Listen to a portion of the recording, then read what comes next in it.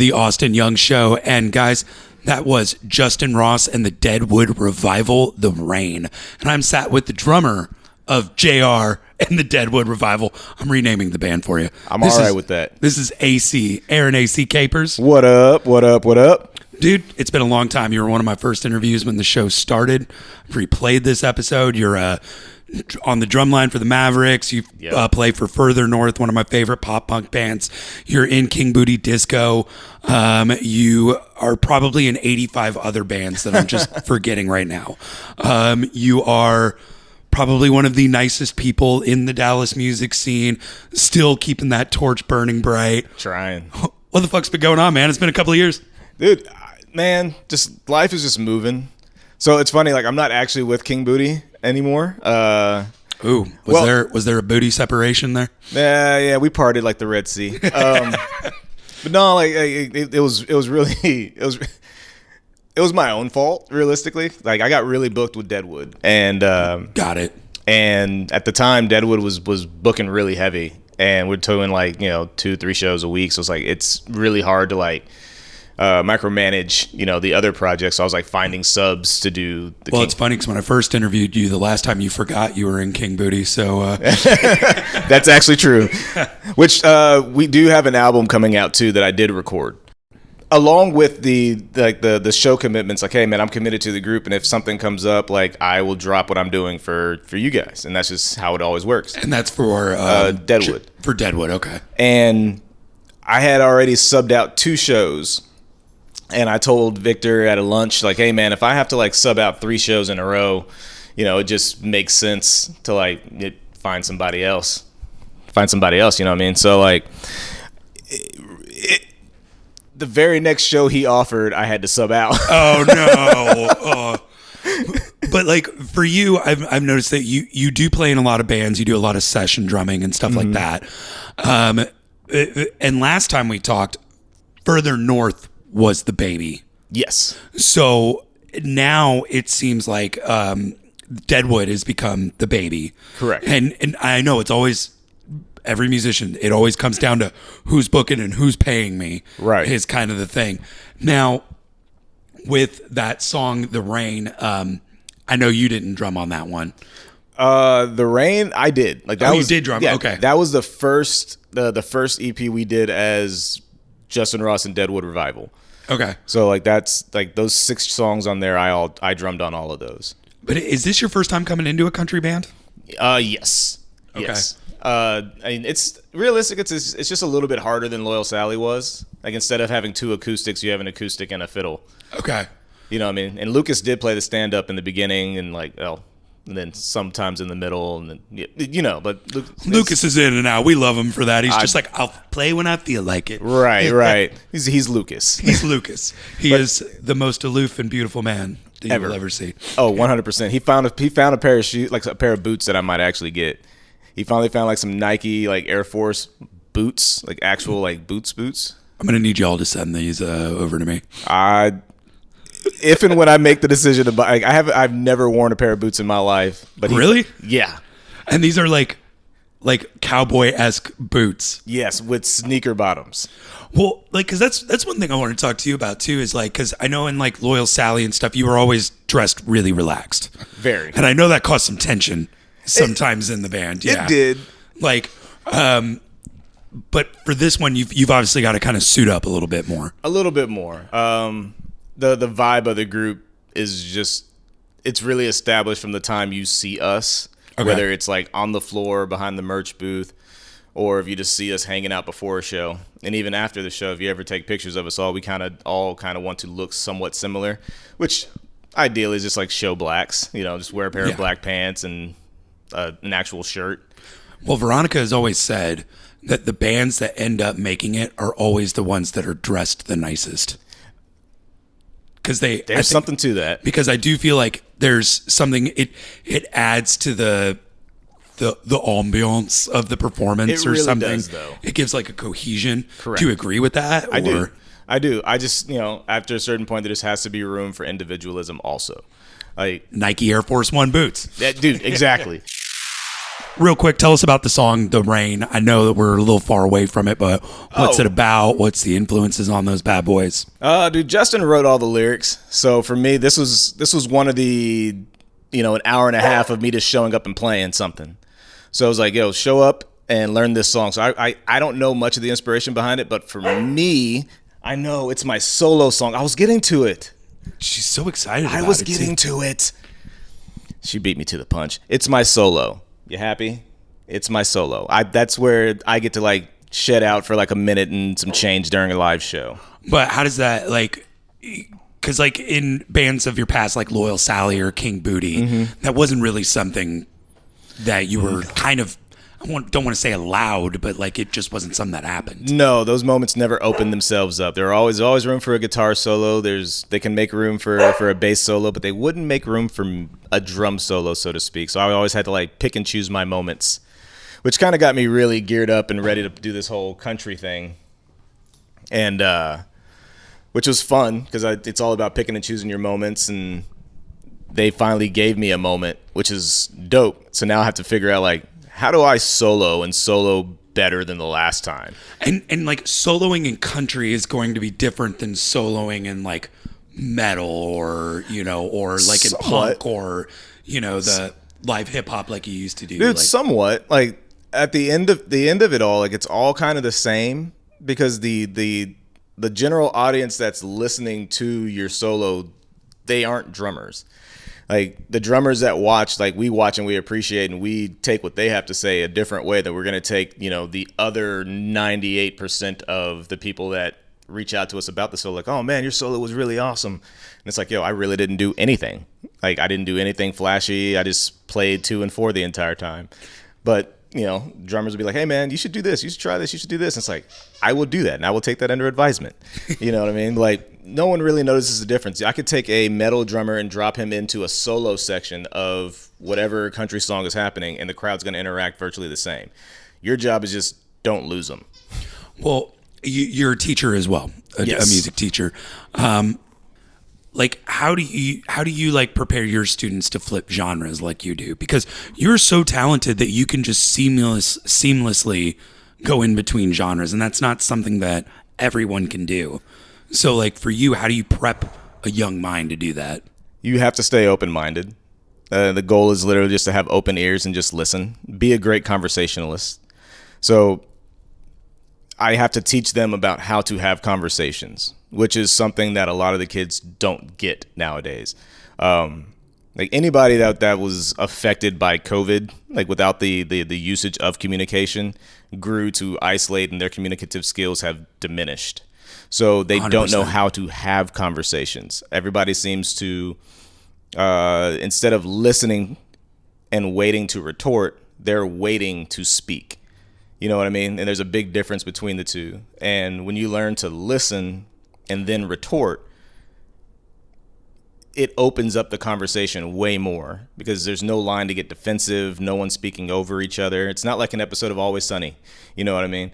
Which is great. I love the show. There's not a little happy bow on the end of it? Never. And everyone's just talking over each other, like 90% of the show, which is fun. That's how I view metal, like as far as the conversation goes. Like I can tell what's happening, but everybody's talking over each other. And then you have jazz, which is let's agree on a topic in the very beginning. Now tell me what you think about it. And then you tell me, and then we pass it around the table. And then that's jazz. You take hip hop. All right, so we all have this agreed idea of what we're doing. Cool. 5 minutes later, we're all still grooving on the same groove and just vibing. Like no one had to say a word and we're all just nodding our heads. Like every aspect of music is meant to be a conversation. So if you view music as a conversation, then you just have to be a good conversationalist. Listen to what's happening around you. And instead of waiting for your moment, just join in, retort, as opposed to wait to speak. That sounds like a chapter. Is that in your new book? By the way, we got an author in here as well. That is true. It will be. I don't know how I'm going to tie that one in yet. But that's after this. That's definitely going to be in there. Well, guys, we're going to take a quick musical break, and then we're going to come back, and we're going to talk to AC about his book that's out currently, the drum book. Yep, Rhythmic Reaction. Yep, and then we're also going to talk about Further North, and more about the Justin Ross and Deadwood Revival, because y'all have a new live album coming out pretty quick. Yes, sir. All right, guys. This is Further North Echoes, featuring AC on them drums. Yeet. All right, welcome back to the Austin Young Show. Guys, that was Roll 'Em Up by Boxer's Brain, Captive by the Full Stops, and Echoes by Further North, the Boxer's Brain. I mean, I can't not have you on the show without at least talking about it for a minute. Yeah, man. Yeah, that was like we spoke about it before we actually hit the record button, and dude, that live recording album was something special, and it's always gonna bug me that like that seems to only be in physical copy, like. But I mean, you just happened to play a song, so if say it got released onto Spotify, I know that would make a certain Haas really, really, really happy. Oh, I know it would. And you know what would also be great is I know somebody could leak it because Michael Morgan and Bubba ain't got no money. They ain't coming out. No, that's also true. So why did Bubba ruin the Boxer's Brain? If I'm going to make Mikey Burns uncomfortable, I at least got to make you too. G-Champ went as red as you are right now too. I mean, we blew up super fast. Love you, Bubba. We like the Boxer's Brain blew up so fast that it caught everybody off guard. It was so good. And that's why. It was so good really fast. Like it didn't take us long at all to vibe and like establish this thing, and we were like, you know, we're opening up for people at this point. Like our first show was opening up for Cess Crew. Like, and you know, Lola's. You know what I'm saying? Like DJ Tony Snow was the interim hype man throughout the night. Like it was a whole thing. You know what I'm saying? There is a name I have not heard in a hot minute. Oh yeah, he is El Jefe now in the world of wrestling. Oh, is that him? Yeah, in the world of wrestling, he is El Jefe. Oh, nice. Yeah, Snowman Enterprises. Well, you know, we'll leave Bubba alone on that one. But El Jefe, by the way, because you have been doing a wrestling podcast. I did. You are heavily involved, but you are a massive fan. Dude, huge fan. I'm actually going to see some tonight, actually, at Hearst MPX Wrestling.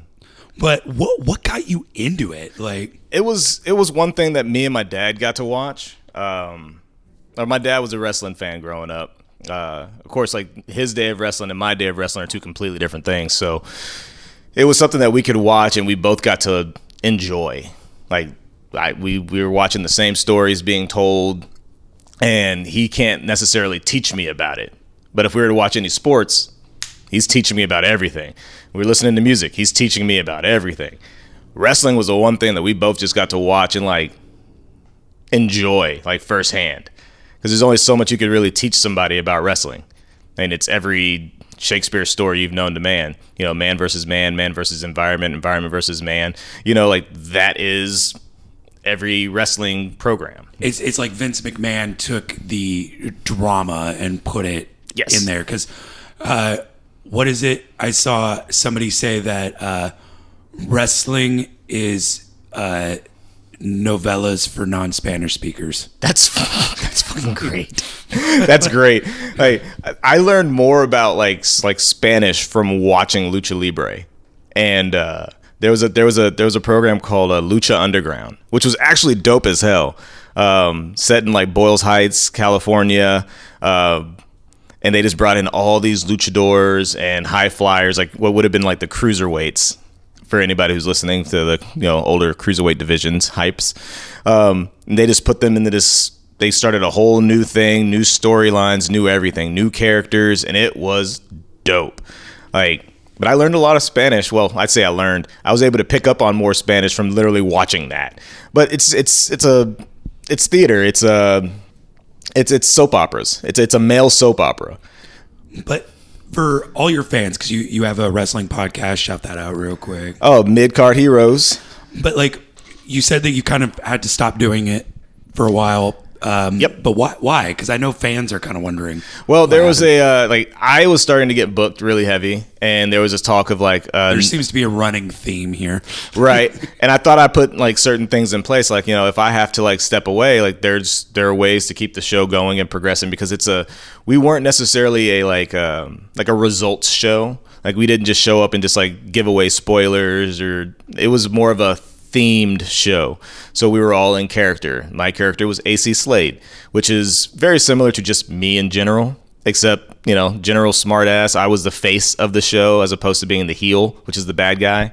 My co-host was my heel.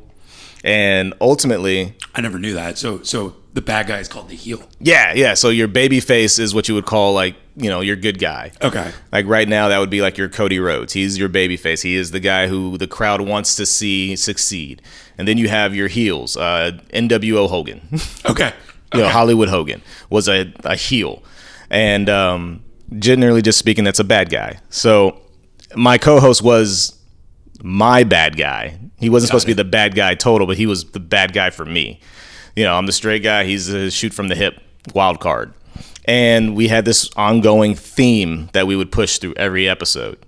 And it was kind of cool. It was different for any other wrestling podcast that we listened to or anybody listened to. But he got busy, I got busy, and where he got busy, he kind of went deeper into the scene. Like, I think last I heard, he was trying to start his own promotion, which is like his own like storyline, his own syndication, his own place of paying people to wrestle, which is amazing. And I hope that works out well for him. But last time we spoke, that seemed to be like the direction that he was going. It's like, I imagine that's got to be hard to do, because that's like starting a new NFL.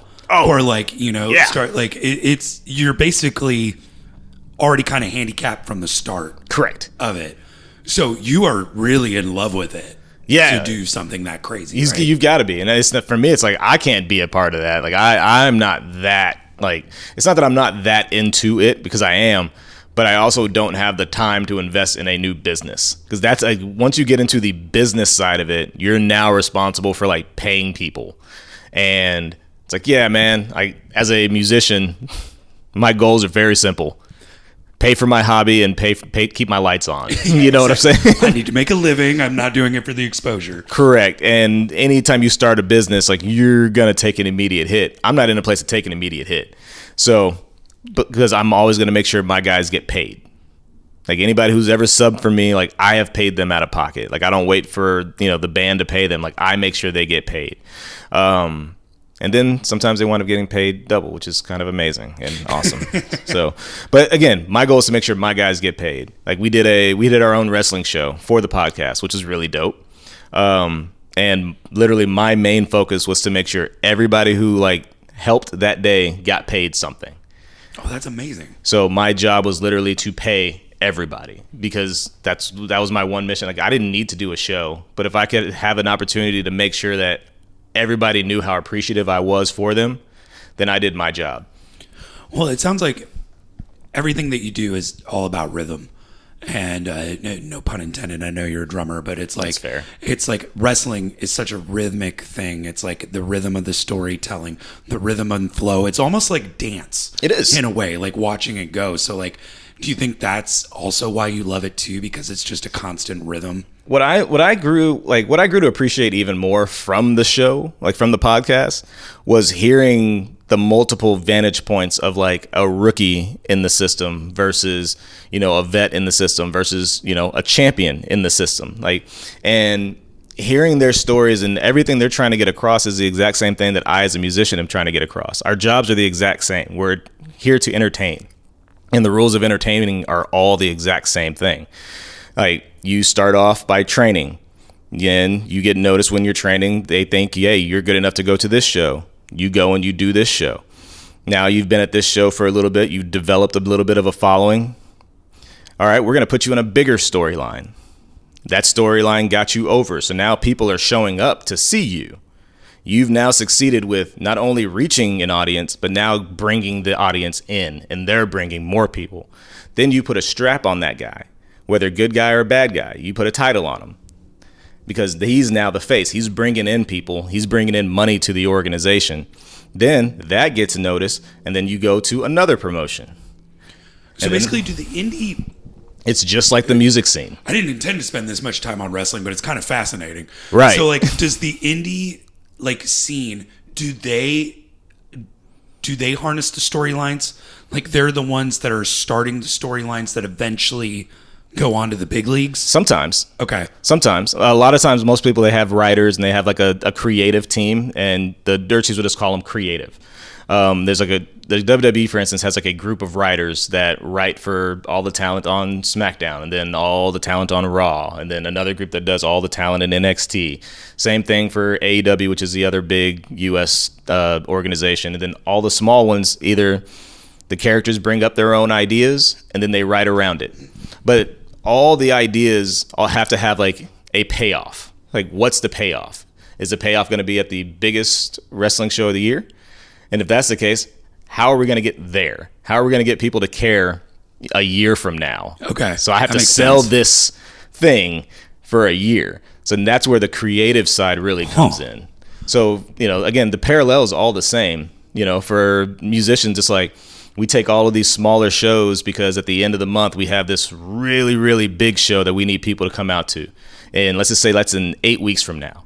8 weeks from now, we have this really big show. So we're going to do all of these small shows, and we're going to push to try to get everybody to come out to this one really, really big one. I just keep thinking of the Big Show right now. That's fair. It's a big dude, man. That's a big fucking dude. That's a lot of human. But like, it's amazing to me that there's this whole genre within a genre kind of thing that you just don't think about. And what I learned is, growing up, I always thought that wrestling was for like broke ass white dudes. Understood. Like that's always what I thought wrestling was, and I loved it. Like I loved The Undertaker. I loved like Stone Cold and all that shit. Oh yeah. But for me, it seems like it's really, especially in the last 20 years, has crossed race, class, and even nationalities. Like Europeans never would have been caught dead watching wrestling, but now all of a sudden it's popular. So what do you think was the catalyst? Because it sure as hell wasn't Vince McMahon. So what was the catalyst to get all these new like demographics in? Dude, honestly, like Vince does take a huge part in that, but because he takes such a huge part in that, we have to talk about like the crappy reason. So what Vince did was Vince went around because back in the day there used to be different territories. Yep. And Vince went around and bought all the small territories out and took all their best talent and was going to showcase them at one major show, which was the first ever WrestleMania. Yep. And that show is what did it, because that was the first show where you brought pop culture and wrestling and kind of made it a thing. Mr. T was there. And then every like Roddy Piper like blew up. Hulk Hogan was the guy, and he was literally traveling all over the world. Yeah, because wasn't Hulk Hogan the first one that was like made to be a hero but wasn't a pretty boy? Correct. Like kind of clean wrestler kind of thing. Correct. Very much so. And he was the poster child of America for the longest time until like his crazy heel turn in WCW. Yeah, because he ended up doing Rocky and like all that kind of stuff as well. So, I mean, it's fast. The wrestling world is fascinating, but what I'm sure the audiences want to know is, will your show ever come back? I certainly hope so. It's been radio silent, which is fine because it's given me opportunities and time to like again work on other things. Again, I've put out the Rhythmic Reaction, which is my drum set book, which is the second book that I've dropped. The first one is called The Arc, which is about the art of reading and communicating. So it's literally breaking down the rules of music. So that way I could hand you a piece of music and you and I could communicate, whether we speak the same language or not. This language is universal. Correct. So it's basically a better guide into music theory. Correct. An easier guide. Like I don't talk about any like chords or like that aspect of theory, but it's all rhythms. So I could talk drumming with anybody as long as we understand the same music, which is, this is what a quarter note looks like. This is what an eighth note is. And I give exercises throughout it and all that. And then you go through all of that. And then I have a drum set book, which I just dropped at the top of the year called Rhythmic Reaction, or I guess last year now. I forget. We're into 2025. I was about to say, and this isn't the Over the Barline one. Yeah. They're all Over the Barline is the overall umbrella. Every book will be of the Over the Barline. Like that is my teaching series. Okay. My philosophy is called Over the Barline.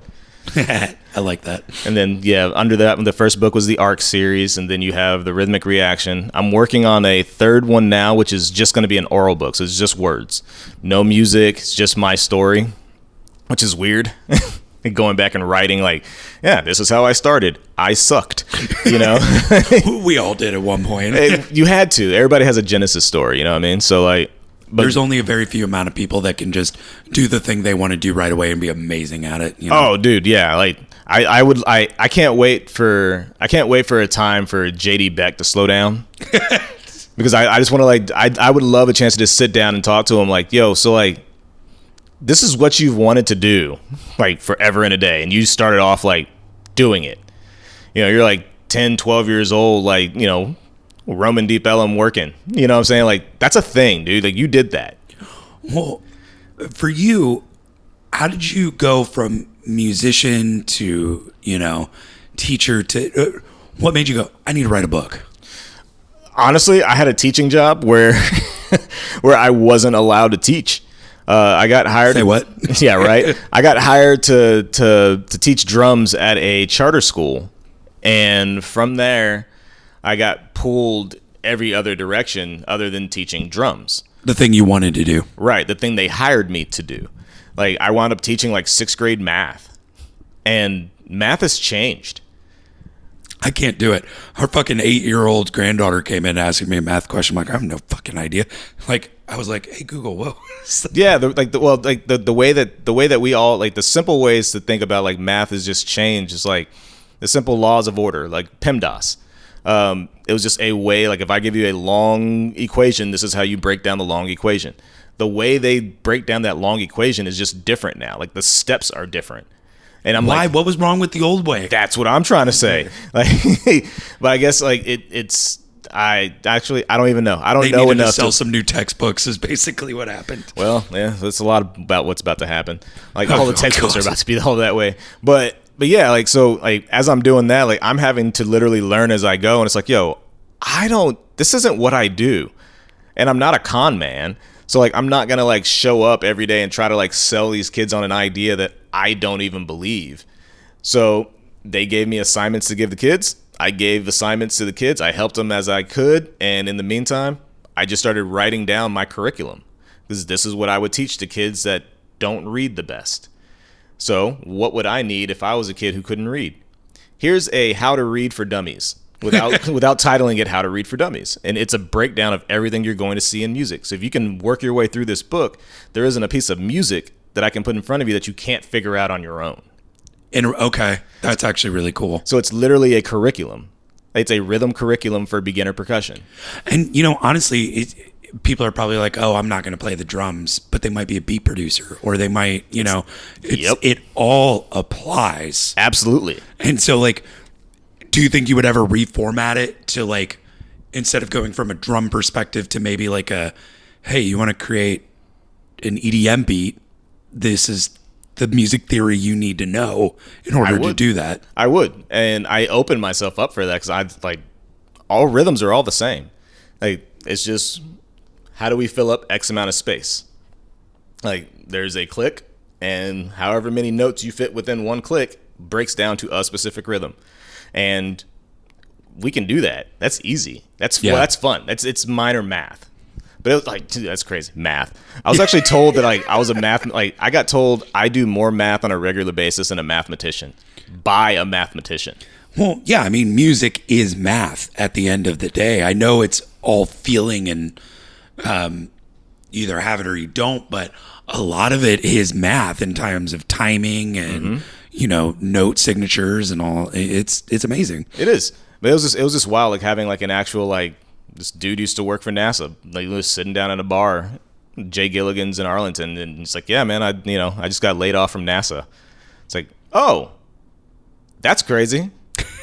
Like, what do you have to do to get laid off from NASA? Well, I guess now anything. Yeah, man. If you're lucky to have a gig right now, like, but he was just one of the dudes who just wound up getting laid off. But the fact that he was at a bar led me to believe like other things. But it's like, I'm not going to judge, dude. So I just sat there and talked to him, and he asked me what I did. I was like, I'm a working. All government employees drink. Yeah, right. Well, so do educators. Yeah. So I told him what I did. Government employees. I told him what I did, and he broke down like the science of drumming. And like asked me like what my thoughts were, and I broke down like how it all played out. And he goes, dude, you realize like on a scale of like 8-hour days, you do more math than I did at NASA. That's fucking crazy. Well, maybe that's why he's not employed at NASA anymore. Maybe. Shout out to all the drummers out there. We're working backwards, boys. Yeah, you two could work for NASA. Right. But like, I want to get back. So we played Echoes earlier, right? Yeah. I do love that song. Played it before. What the fuck is going on with Further North? It seemed like y'all were on, like, I'm gonna be real here. It seemed like y'all were on this upward trajectory. Yeah. Everything was going fucking great, and then it's just been radio silence. No gigging. No. What the fuck's happened, man? So our front man Steve, he's in a PhD program. So everything that we're booking. Is he a government employee? No, not yet. But he's getting his doctorate. He's about to be Dr. Stanley. So like a lot of what we're working around is him, and we're working around his schedule, and then they're working around my schedule also. And between our two like schedules, it hurts sometimes, especially for gigs that don't necessarily like pay the best. Yeah, because I thought y'all were going to be like tour, like actually on a world tour or national tour. It's a lot harder in the pop punk scene. Like the pop punk scene here is just, I don't know. It's all about love, and it's like that's cool. Getting bigger. It is getting bigger. It is. I mean, Bowling for Soup is headlining Warped Tour. Yep, from Parts Unknown are about to release another album and do another tour, and you got people like Straight Jacket that have popped up and are doing pretty well. Like, it seems to me that the pop punk scene is thriving, and it's kind of like, I don't want y'all to miss it. We definitely won't miss it. There's only room for so many in the DFW to do something. So the big promoters are not very friendly when it comes to those things with a lot of groups, and for whatever reason, Further North has always been on like the crap end of that stick. Like no matter how many people talk about us, no matter how many people like want to see us. Do you think it's because there's a religious element to the band? Could be, but I mean, our songs don't really lend itself that way. Like the only way you would know that is if you came out to a show and made it all the way through the set to right before our final number, when Steve literally says, "We are here for one divine purpose, and that is to make sure that everybody here knows that they are loved. We love you. Further North loves you. And if you need to talk to anybody about anything, find us. We're active on the social medias. We're active at the merch booth. We'll be here before the show. We'll be here after the show. Come talk to us." That's the only preaching thing that we do during our entire show. And I don't think that's the case. But, if that is, then shame on somebody. Yeah, for sure. Because you're literally typecasting an entire like amazing You're judging set. Everyone, yeah. Right, and I that's not cool, and that's not very like punk at all. No, it's not. And so and I also love it. All right, this is the only political thing I'm going to say on this podcast. We did good. We did okay before we got canceled. So the one thing I've noticed is that there are a lot of older punk fans that are somehow getting into the Trumposphere. Mm-hmm.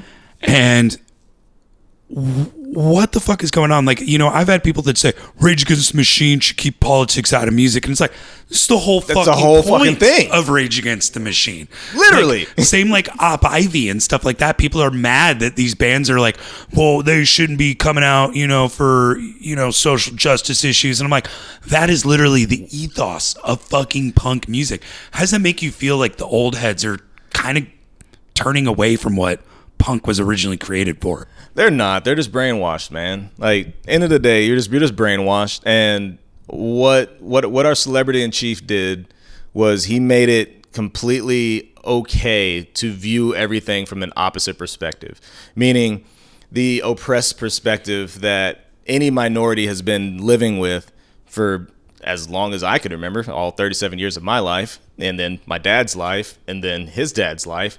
Like, he's taking that and flipping the script to making, we had a couple years where we put the emphasis on us. Black Lives Mattered for a while.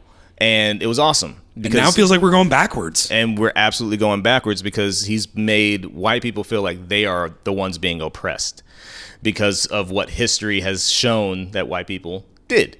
And this isn't like AC hates white people. That's definitely not the case. But news to me. Right? He's given them a voice to say things that they may have thought that they could not say aloud. And along with that comes an open gate of, oh, well, I just like my music the way I like my music. I want my sports the way I like my sports. And it's like, you've never wanted your sports the way you liked your sports. You just wanted to see, doesn't matter.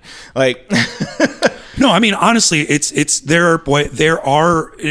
true of all races. It's not just white people, but there are a lot of white people that will say that they're not racist, but at the same time, they don't want a black person to have an opinion. Correct. Or they don't want to hear somebody else's opinion. That's the craziest part about it, is there's no conversations being had, which boils back to the conversationalist thing. Because generally speaking, I don't run from conversations. So if I have conversations with a Trumper or anybody who aligns differently than I do. I mean, being in the country music scene now, I mean, that you can't avoid it. Correct. And I don't run from it. And the whole band knows that I won't run from it. But I'm also not going to get disrespected, because I know how to have a conversation. I know how to control myself within a conversation. I know how to exit a conversation when I'm feeling disrespected. So if you manage to get me riled up, kudos to you, but you're also going to have like a slew of dudes ready to whoop your ass, because I'm not going to do that. 100%. So like that's the really cool thing about being with Deadwood, is they don't let bullshit come my way. And they're all aware. Do they stay out of, because like a lot of country musicians right now are leaning into the all right thing? Are they kind of like, we're not doing politics, we're not that? We are dead set on not doing politics, because we don't agree. Like as a band, like we don't agree as a unit on our vantage point of politics. And if we don't agree as a unit, there's no point in somebody speaking for somebody else. So, like, I'm not going to speak on behalf of Deadwood and say that we support this or we don't support this. Me, personally, I have an opinion. Yeah. And that's it. But we as a band, we stay as far away from it as humanly possible, because it doesn't matter what direction you go, you're liable to disrespect the other, because one party may not be willing to disagree. Yeah. And that's not okay, apparently. Apparently, somewhere along the lines, it became not okay to disagree. And which is fucked. It is because instead of me saying, man, I don't like the way that the wave of this music. Well, go on, like, tell me more about what you don't like. Well, I don't like this. Well, why don't you like that? Because, I remember us like listening to Green Day albums back in the day, and you loved Green Day. You were all about, F the world. Yeah, you loved Johnny Cash, which was the epitome of yeehaw, fuck the law. Like, and right. Now it's kind of like, now you want to, and that's the thing. Like, people have just lost their goddamn minds. They're no longer able to just have a conversation anymore. It always used to be, I remember we would go to a bar and you would sit and you would talk with somebody that doesn't agree with you at all, but yet you would still find common ground. And I feel like that's all been muddled and gone away. It has. At some point in time, we've chosen everything other than human to human to judge somebody before we ever get a chance to like talk to them. I'm saying Scotch burns the same way you as it would to me. Like, our drinks feel the same, taste the same, they're poured the same. Yeah. Like, can we not just sit here and enjoy these drinks? I mean, and a perfect example of this is like, you all have different opinions. You guys have each other's back. You guys were honored recently by you guys created a song for first responders. Yeah, which you said is going to be commercially available soon, or it is. It is that one is. But it's going to be also on the live album, I believe. I think it's going to be on the live album.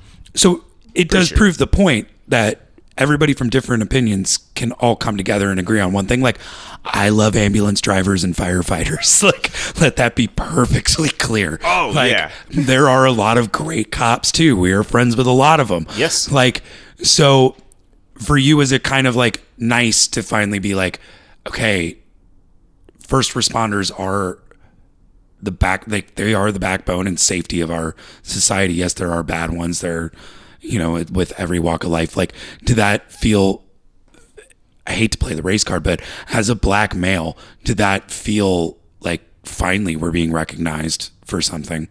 Dude, honestly, yeah, I thought that was really cool. But I never had the idea of thinking of it that way, as opposed to what I could give to firefighters and EMTs. I mean, for, years, I dated a nurse. I dated a first responder. You know what I mean? So, like, I pushed heavily to, like, utilize more first responders as opposed to just the firefighters. However, the firefighters were the first ones to get back to us. And not only were they the first ones to get back to us, it kind of dawned on us that, like, that's what they do. Yeah. Like, I can call family members and they won't pick up. At no point in time could I call a firehouse and somebody not pick up. The firefighters and the nurses are who saved me and Veronica. Dude. Like, when we got in the accident, like, the firefighters were there right away. Right. And, like, and there's something to that. You know what I mean? And, like, they are unspoken heroes. They deal with budget cuts just like everybody else. And it sucks because those are literally the people who are doing the most good.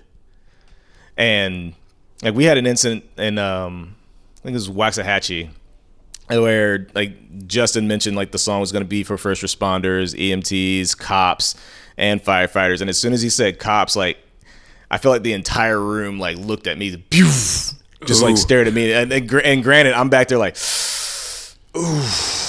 Because I did want to ask you about that, because, like, that happened at such a weird point. Yeah. Where, the world's on fire, and it's kind of like, okay, I remember looking at Veronica going, I wonder how this makes AC feel. Like, and I wanted to know, like, did it make you feel like people all of a sudden looked at you more like as a poster child for helping bridge the race gap between hating first responders and getting along with them?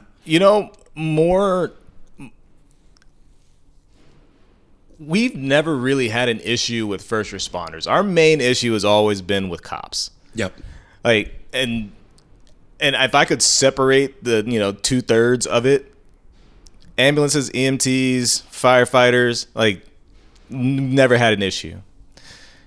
It's always just been with the gang that backs themselves. Yeah. Oh, fuck yeah. And again, we know great cops. I know good cops. I've also had instances where I've had to meet bad cops. My issue is that I've met more bad cops than the really good cops and the great cops that I know. You know what I mean? Like, I can count all the great cops I have on one hand. I can, use my hand and feet and count the really good ones that I know. And then there's every other experience of life that's shown me everything else. And then, with social media being what it is, and you just see it. It's like, wow, this isn't just me. And you go back and do your research and you find out that, like, gangs were started to protect communities from cops. Yeah. And then you realize, like, oh, everything I was told about gangs was this, that, and the third. It's like, yeah, sure. That's every gang. Even motorcycle gangs started for a purpose. They may have turned into something, but they started for a specific purpose. And a lot of them were to, like, protect others from cops. Well, it's like how the mob started. The cops would not protect the Italian businesses and citizens, so they did. Here comes the mafia. And that's the problem with a lot of this stuff, is that you create a vacuum, somebody's going to fill it. Right. And you don't hear about that with firefighters. You don't hear about that with EMTs, because they're literally, like, they have one job, is to save. Like, not even so much protect, just save. And that's more or less where it all came from. So I don't know if you'll ever really get the cop side from me or any, like, I wouldn't speak for Deadwood, but I think we've all had our issues. So I don't know if I think we all agree on that one. I don't think you can be called Deadwood Revival without having some some type. Yeah. Like, but yeah, man, like for me, if I was actually at a cop function not too long ago. The new girlfriend, Dawn, was doing a story, and she interviewed a lot of cops, and she was her father-in-law works in law enforcement. Well, I'm not surprised you have a new girlfriend, because in the last interview you said you bought your old one a treadmill, so. You're still not the best gift giver, I can tell you that much. But I do remember Veronica listened to that episode, and he did what? Well, if somebody asks you what you want and you don't say nothing, and then the one time you say you want something, like, don't be mad when somebody gets you the thing that you said you wanted. Like, I'm sorry, yo. Like, Like I'm not gonna fall back on that logic. Like I'm not falling back on that logic at all. I'm just gonna say I knew you were in trouble the moment that came out of your mouth. Oh, I knew. Like, was it a bad idea? Absolutely. But my logic was solid. And we will stick with that. As men, we are sorry and we apologize. Yep. But yep, I will make it up next time. But yeah, sorry to cut you off. She was doing a she was doing a piece on cops, and so she wound up working this convention where she had to MC it, and I was the ride along. I was the bag holder, there to. You're a good boyfriend. I was a good boyfriend. I was the arm candy. And but I'm like sitting at tables with cops, like Dallas cops, for instance, and I'm just sitting there just talking to them, like literally just shooting the shit. Like, what do you do? I'm a musician. Oh, so how do you feel about this? Oh, well, here we go. It's like, can I borrow one of your Kevlar vests really quickly? Really quickly. Yeah. But it worked out because, again, I'm able to have a conversation. And I'm assuming that a lot of the cops that I was in the room with were probably some of the good ones. The ones that I was immediately at a table with fall into, the less than 20 that I know that are really good ones. Yeah. And, I got to talk to them. I listened to them. I heard what they had to say, like their thoughts about working late nights and getting late night calls out here.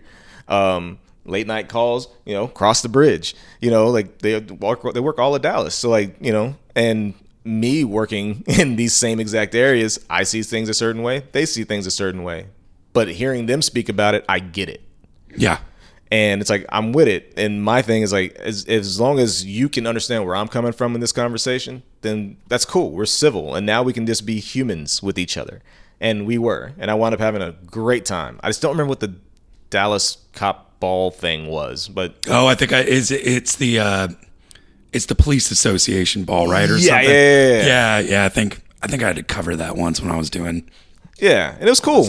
Hey, I like what they did. And this one they were raising money for the same type of thing that we did with the line of duty death with Deadwood. They were doing the same thing, except theirs was to raise money for physical and mental therapy. So okay. And they not only spent every penny of the mental health side of things, they superseded it, which is awesome. Knowing that because I thought cops weren't really down with mental health care. Me too. Yeah. And I could understand why. With what they deal with on a regular basis, put it this way. You don't want to talk about it after you've gotten done with it. Yeah. Dog, yeah. I mean, you get lied to 98% of the time. From the time you clock in to the time you clock out, you've been lied to That's just called dating. Right. But imagine speed dating. Oh my God. Yeah. You know what I'm saying? For 8 hours of speed dating. Oh, that would be the best cop show ever. Why the fuck has Fox not figured that one out yet? Yeah, they will. They will after this now. I mean, I'll expect that royalty check in the mail, Fox. There's no easy way to segue from this. So, Justin Ross and the Deadwood Revival have a new live album coming out. March 6th. March 6th. So this will probably come out more April or May. So it will be available on all platforms? All platforms. Okay. Yep. Tell everybody where they can buy your book, where they can look for that, social media. You can buy my book on it's on Amazon. Just search for Over the Barline, and it should be the only thing that pops up because there isn't a Over the Barline anything at this point. Matter of fact, there's not even a piece called Over the Barline. So you can find it. Just look under Amazon Books. The ARC, it's about the art of reading and communicating, rhythmic reactions. I'm not really sold on my next book title yet. So I'll leave that one. But you can find me on all the social media. From A to C with AC Capers. You know what? I almost called it the raw deal, and I was like, no, I don't want a book to have raw in the title. Yeah, I was about to say that's going to wind up in a whole different search category. Exactly. Well, I mean, I don't know. Maybe there's something to that marketing. But you can find me at AC That Drummer, literally anywhere. Facebook. Is it Twitter? Is it X? What's the thing now? I'm on Bluesky now. Fuck X. Oh, there you go. I have the Twitter X thing, but I don't ever use it. I've got the TikTok, AC That Drummer 87, Instagram at AC That Drummer, acthatdrummer.net. Oh damn! kicking it old school on the net. Yeah, right. Well, guys, it's been a thrill talking to AC again. Dude, I love you. Thank you so much for coming in, man. But guys, we're going to play one off the new live album. This is Justin Ross and the Deadwood Revival, Game of Ghosts. Pick it up, Dallas.